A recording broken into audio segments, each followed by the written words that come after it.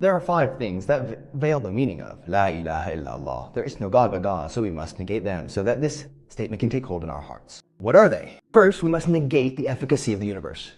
Meaning what? Fire does not burn except by God's command. A knife does not cut except by God's command. And the sun does not shine except by God's command.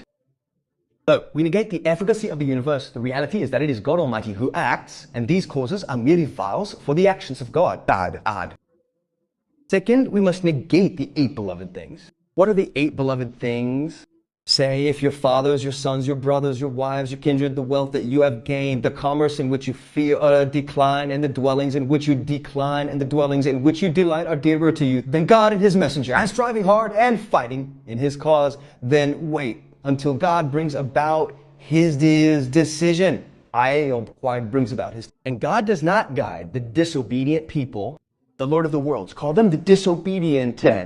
So we must negate the 8 beloved things. Third, we must negate the convictions of the past nations, the previous ones. Every past nation had a conviction in a specific thing. For example, Pharaoh, what was his conviction in? In power. Qarun, his conviction was in wealth. Shuaib's people, their conviction was in commerce. Ad, their conviction was in the strength of their bodies.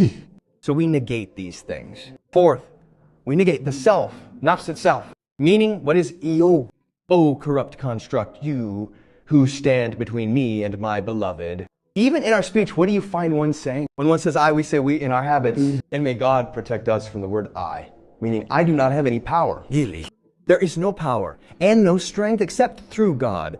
Finally, we negate the things that directly occupy the heart. The things we deal with every day. Meaning food, drink, sleep, medicine, and money. These things take sleep, for example. Some people tell you, if I don't sleep, for instance, 6 hours a day, I don't feel rested.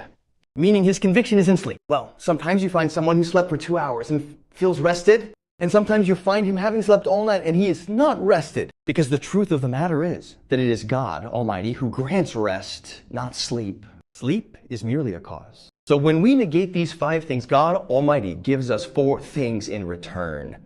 First, He removes the conviction in these things from our hearts.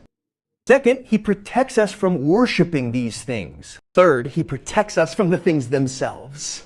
And lastly, God Almighty makes these things subservient to us instead of having them dominate us.